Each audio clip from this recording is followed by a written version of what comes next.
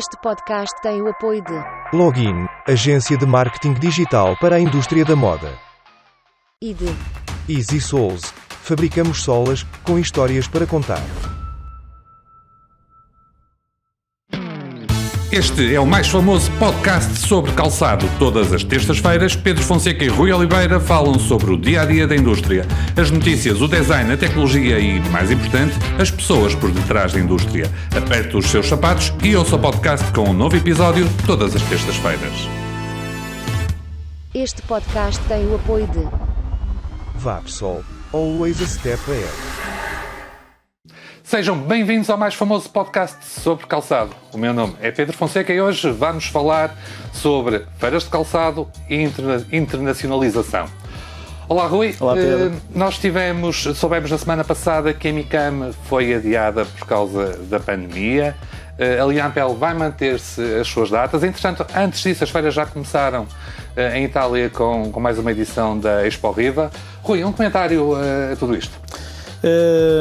Pedro, eu acho que a Expo Riva, neste caso, foi uma feira que, pelo conhecimento que tive, correu bem. Portanto, pela primeira vez ao fim de 2 anos de pandemia, temos alguns bons sinais e alguns bons indicadores que existem. Estiveram presentes muitas empresas portuguesas. Muitas empresas portuguesas. Felgueiras. Naturalmente que algumas ainda não estarão presentes pelas questões das limitações de Covid, naturalmente, e por algum receio até ainda de contágios e etc. Mas neste momento aquilo que se compreende é que existe ânimo e que existe um sinal positivo quanto àquilo que foram os resultados desta feira. Rui, eu vou continuar vou fazer mais uma pergunta sobre as feiras de calçado. Nós atravessamos agora uma vaga de pandemia a Europa inteira e julgo que há aí alguma preocupação das fábricas portuguesas que costumam estar presentes nas feiras em ter os seus funcionários infectados e impossibilitados de viajar para Portugal, e porque é uma altura em que as empresas portuguesas e as de Felgueiras costumam receber muitos clientes estrangeiros e há empresas mais pequenas que têm às tantas um número de comerciais mais baixo, poderão não conseguir atender esses clientes que vêm aqui à visita. Sim. Tens também um bocadinho essa ideia? Tenho essa ideia, em particular, e como bem referido, em alguns casos onde as estruturas podem não estar suficientemente reforçadas para que essa abordagem comercial seja feita de forma autónoma por parte da empresa, porque muitas das visitas que eram feitas, eu diria que, em suma, mais de metade, se calhar, das visitas que eram feitas à indústria e às nossas empresas e às empresas de calçado em Felgueiras foram reduzidas. Portanto, elas deixaram de existir. Naturalmente que encontrar-se aqui as plataformas digitais, o Zoom, o Teams e o Skype como novas ferramentas de trabalho, mas de facto essas visitas estão a condicionar, na minha opinião, muito daquilo que são os desenvolvimentos e estão também a tirar-nos neste momento, para um modelo de trabalho assente em quem tem mais peso ou quem tem mais volume ou quem tem mais força, consegue estar mais presente e de certa forma consegue absorver melhor também aquilo que são os recursos das empresas em Felgueiras. Eu, sobre as feiras de calçado, estou com alguma curiosidade em saber como é que vai correr a Linapel. Nas últimas edições, a Linapel tem coincidido um dos dias com a MICAM. Portanto, primeiro é a MICAM, a seguir realiza-se a Linapel e um dos dias coincidem as duas. E muitos dos visitantes da Linapel acabam por ser os expositores da MICAM. Não se realizando agora a MICAM antes da Linapel como nas últimas edições, estou um pouco curioso para ver como é que vai ser a nível de presença na Linapel de visitantes, de compradores. Mas eu sei que tu queres falar sobre internacionalização, das quais as feiras de calçado também são uma componente importante do processo de internacionalização das nossas empresas. Exatamente. Rui, então. Sim, sobre a internacionalização, porque nós temos vindo a ouvir cada vez mais ao longo dos últimos anos que existe um progresso assinalável e existe de facto naquilo que é a internacionalização das empresas e há que falar um bocadinho em que é que consiste de facto essa internacionalização. Ora, portanto, a globalização e o mercado em geral, portanto, com a liberalização e com o acesso a novos mercados, permitiu que muitas das empresas que trabalhavam nos anos 70 e nos anos 80 com base naquilo que era o consumo interno, portanto, a maior parte do produto que era escoado era para consumo interno e depois progressivamente com a entrada na União Europeia e com muito daquilo que é o acesso ao mercado global, começaram a proliferar e a exportar os seus produtos para a Europa em primeiro lugar e agora, mais recentemente, quase para todo o mundo. ou praticamente para todo o mundo. Esse processo de internacionalização acabou também por levar a que muitos daqueles que eram os processos que eram feitos nas empresas, nomeadamente até do ponto de vista da compra, portanto a internacionalização não é só a venda de um produto, é também a compra, fossem também eles adequados àquilo que eram as vantagens competitivas que o mercado nos oferecia em termos de um mais baixo preço deste produto. No entanto, essa internacionalização, Pedro, também nos leva a que, obviamente, muitas das marcas que produziam cá nesses anos 80 e até nos anos 90, com a abertura do mercado asiático e com a abertura de uma mão de obra mais barata, porque a indústria de calçado funciona muito com base nesta mão de obra muito intensa, ou seja, precisa de muitas pessoas para fazer as operações, precisa de muitos recursos humanos, levou a que muitas dessas empresas também deslocalizassem as suas produções para a Ásia. Desculpa-me interromper, já agora em especial destaque aí para quando a China, para o período que a China entrou na Organização Mundial do Comércio, deve ter sido mais ou menos nessa altura que tu estás a... Exatamente. Naturalmente que esta entrada levou a que as empresas portuguesas e levou a que o próprio Estado pensasse em estratégias diferenciadas para apoiar aquilo que era a presença da indústria e a presença dos seus produtos de forma mais massificada nos mercados, em particular no mercado europeu. Ora, portanto, a internacionalização hoje em dia vai muito para além disto. A internacionalização hoje em dia tem muito que ver naquilo que são os projetos que as próprias empresas se têm candidatado, através, por exemplo, de Compete, do 2020 Sim. E agora futuramente dos próximos programas de apoio comunitários, tem muito que ver com aquilo que é a criação de uma marca ou a criação de um valor acrescentado dentro da empresa. Muitas das empresas aproveitam para fazer quer um private label, ou seja, uma marca para vender no fundo um produto e um serviço que depois está associado que é a empresa que está por trás, e outras naturalmente que continuam a vender aquilo que é o produto em si, portanto o par de calçado. Mas aquilo que também existe fruto desta internacionalização e fruto destes apoios é que verificou-se que ao longo de muito tempo aquilo que era a internacionalização e a criação de uma marca nem sempre obedeceu àquilo que são os parâmetros normais ou aquilo que deveriam ser os parâmetros dos quais nós pré-abertura desta marca ou antes de fazer esta abertura deveriam ser de certa forma bem elucidados. E aquilo que se verifica é que atualmente, e eu tirei aqui esta informação da Apicaps, que estão criadas, por exemplo, 272 marcas. Desde 2010 foram criadas 272 novas marcas de calçado em Portugal. Para quê? E aquilo que muitos de nós perguntamos é naturalmente onde é que estão presentes estas marcas.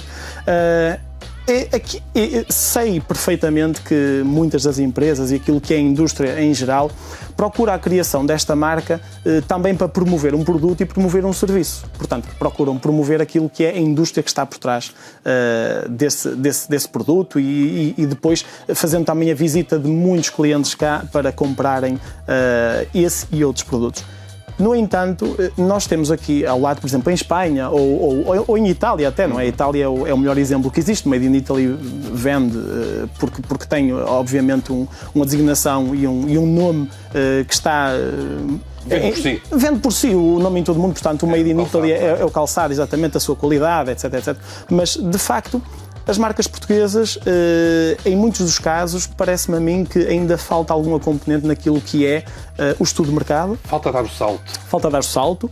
Faltam algumas estratégias de marketing. Portanto, nós estamos em crer que...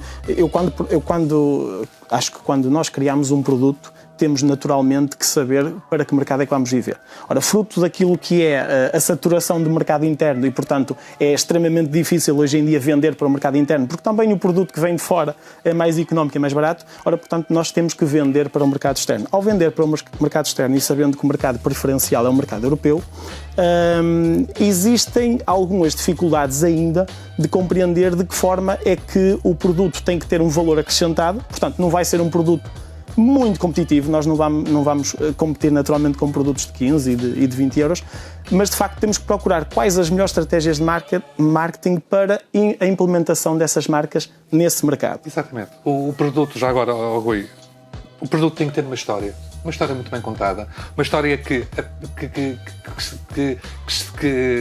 atinge aos corações das pessoas, uma história emotiva. Temos que dar uma história aos sapatos neste caso. Exatamente. Temos que apostar em várias estratégias ao nível de marketing, ao nível dos influencers, ao nível do Search Engine Optimization do próprio site, ao nível da publicidade optimizada e depois é preciso investir. É preciso ter um plano de investimento e isto custa dinheiro. Exatamente. Custa dinheiro. Eu penso que muitas das vezes nós costumamos dizer que a casa não se começa por telhado. Portanto, nós, acho que com a criação destas novas marcas e das marcas que estarão aí por vir, é muito importante fazer um estudo do mercado muito adequado. Portanto, se queremos vender na Alemanha, se queremos vender em França, se queremos vender em Inglaterra... Saber o que é que os consumidores querem. Temos que saber o que é que os consumidores querem, temos que ter um plano de comunicação e um plano de imagem muito assente naquilo que é o historial desse consumidor, aquilo que ele procura, portanto, quais são as tendências, e temos que compreender perfeitamente que o marketing hoje em dia, seja ele digital, seja através da presença nas feiras, seja através da presença em showrooms internacionais ou até a abertura de sedes e de subsidiárias em países externos, é muito importante que essa presença seja massificada e que seja compreendida, porque se Espanha consegue vender, se Itália consegue vender, nós também temos que conseguir vender. E depois há aqui outra coisa que o nosso setor de calçado tem um problema que eu acho que já identifiquei aqui há uns episódios atrás, que é a questão da escala. As nossas empresas são pequenas. Exatamente. Mas vamos à Alemanha, vamos aos países nórdicos. Há muitos exemplos de empresas que começaram praticamente do zero e em poucos anos estão a faturar milhões de euros. Exatamente. Os países nórdicos são um bom exemplo daquilo que nós temos vindo a assistir. Nós fabricamos esses sapatos. E exatamente, em Felgueiras nós temos vindo a assistir precisamente a cada vez a uma maior presença daquilo que são as marcas nórdicas e de muitas marcas oriundas da Dinamarca, da Suécia, por exemplo, dos países que, de certa forma, não têm tanto historial na produção de calçado, mas de facto, têm um historial em design, até são conhecidos pela sua arquitetura e são conhecidos pela sua capacidade de desenho. E contratam os especialistas certos para fazer o tal plano de marketing, plano de negócios, plano de investimento. E essa internacionalização que hoje também estamos a trazer para o programa é também uma forma de nós estarmos aqui a alertar ou, de certa forma, estarmos a falar que o processo de internacionalização por si não pode ser apenas um fundo comunitário e o dinheiro que chega à empresa de uma forma que depois a nível daquilo que são os instrumentos que podemos captar ou a mais-valia,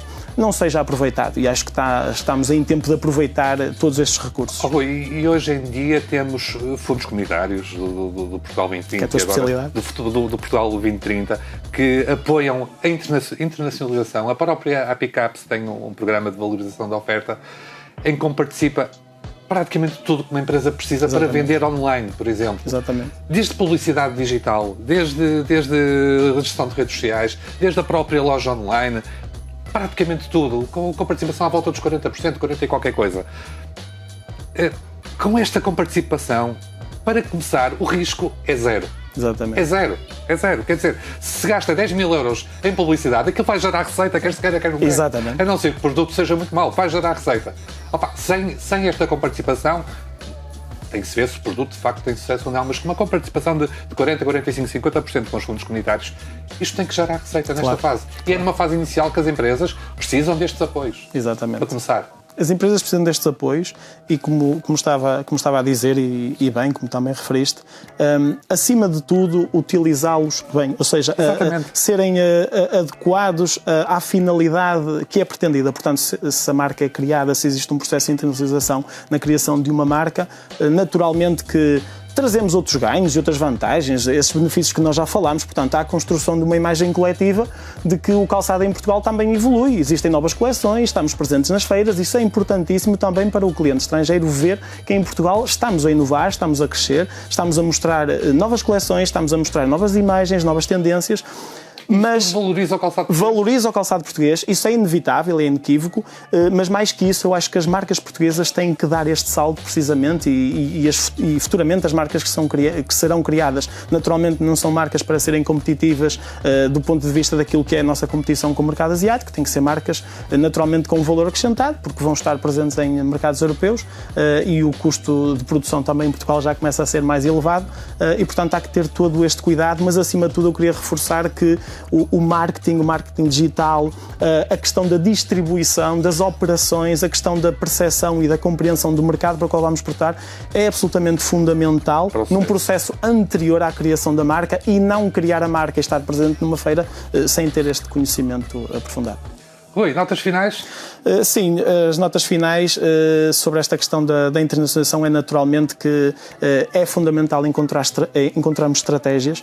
Mais do que fundos comunitários, acima de tudo, é importante pensar a indústria do calçado como um todo e pensar que a forma como as marcas estão a utilizar e acabam por utilizar as empresas para produzir um serviço, não é? Porque muitas das empresas em Felgueiras produzem um serviço, portanto, produzem para outras marcas. É muito importante que os empresários, as empresas, a indústria comecem a pensar em alternativas porque para não estarem também tão dependentes destas marcas, e essas alternativas passam precisamente por isto que estávamos a referir. Por criar a sua marca, por internacionalizar com um bom plano. Exato, vem um projeto de internacionalização, vem aí muitos fundos comunitários que devem ser muito bem aproveitados. Há que ter esse cuidado da estratégia de marketing, etc, etc. E penso que a questão da internacionalização do futuro será inevitavelmente diferente e há que ter todos os cuidados para que ela corra muito bem. E por acaso, deixa-me só acrescentar mais um bocadinho, com a internet, com o marketing digital, com as redes sociais,